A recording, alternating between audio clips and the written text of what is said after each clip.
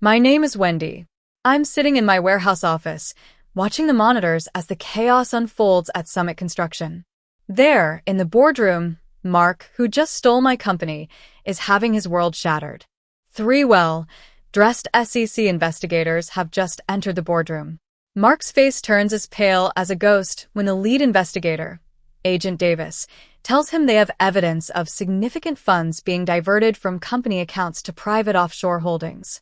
The boardroom erupts in confused murmurs. Mark tries to bluster his way out, insisting it's a frame-up, probably my doing because I'm angry about being ousted. But Agent Davis calmly shows him the thick folder of evidence I've gathered over the past few months. It's a sweet moment watching him squirm, but it also makes me think back to how we got here. I come from a middle-class family in Boston. My father was a hard-working carpenter, always honest and dedicated to his craft. My mother was a schoolteacher, instilling in me the values of integrity and hard work. I grew up with a passion for construction, watching my father build and repair things. 7 years ago, I met Mark at a construction site. I was overseeing a small renovation project, and he was a project manager from a rival firm. We hit it off immediately, sharing a vision of building a construction company that could make a mark in Boston. We founded Summit Construction, splitting ownership 50-50. I took care of operations and client relationships, while Mark handled finances and business development. For a while, things were great. We turned a small renovation business into a $50 million enterprise. But then, Mark started changing. He became obsessed with big, prestigious projects like the Riverside Project, a $100 million luxury apartment complex that would transform Boston's waterfront. I believed in sustainable growth, but he wanted to chase the big money at any cost. The warning signs started to appear.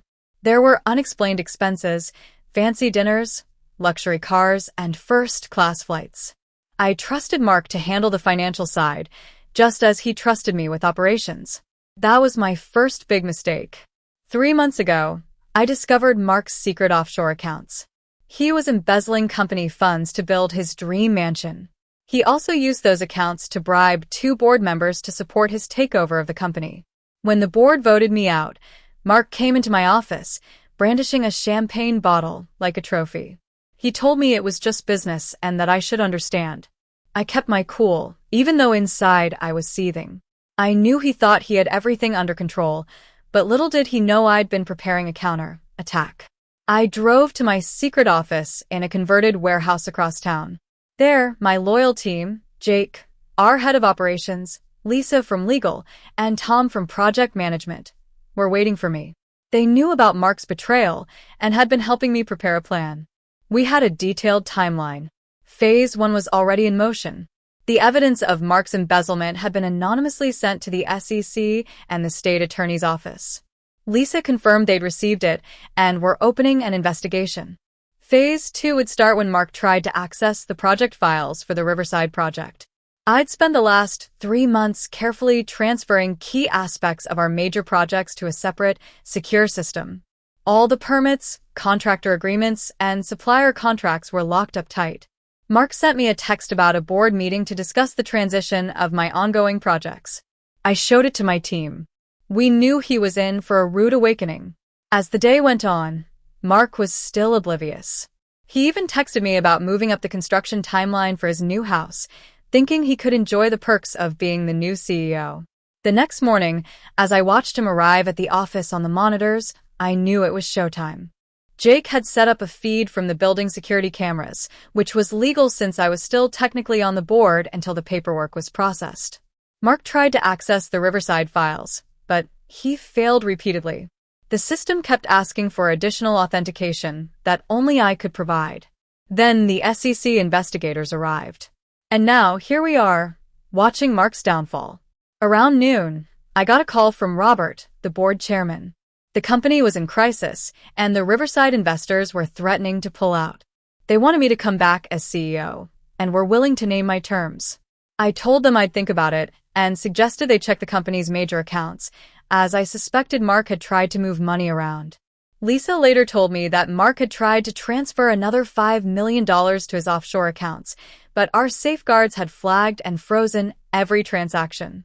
And the contractors working on his dream house had received anonymous tips about his financial situation and suspended work. Mark texted me, asking how I'd known everything. I didn't reply. He'd figure it out eventually. By the end of the day, the board called an emergency meeting and voted to reinstate me as CEO and accept Mark's immediate resignation. He had no choice, as he was still being questioned by the SEC. The next morning, I drove to Mark's half-built dream house. It was a hollow shell of steel and concrete, a fitting symbol of his failed attempt at success. I got a message from Lisa saying Mark's wife had filed for divorce. Back at the office, I returned to my old office. The champagne bottle Mark had used to celebrate his takeover was still there, half empty on the desk.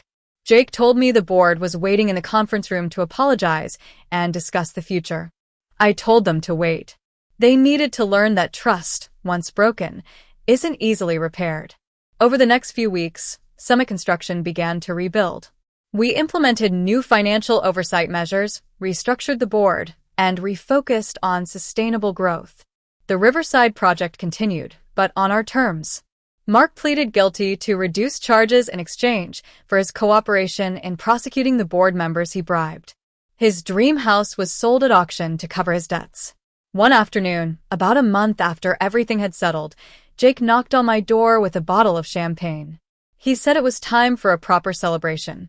I smiled, thinking about how different things could have been if Mark had just been honest. We raised our glasses, and I corrected Jake. We were celebrating doing things right because, in the end, that's the only way to build something that lasts.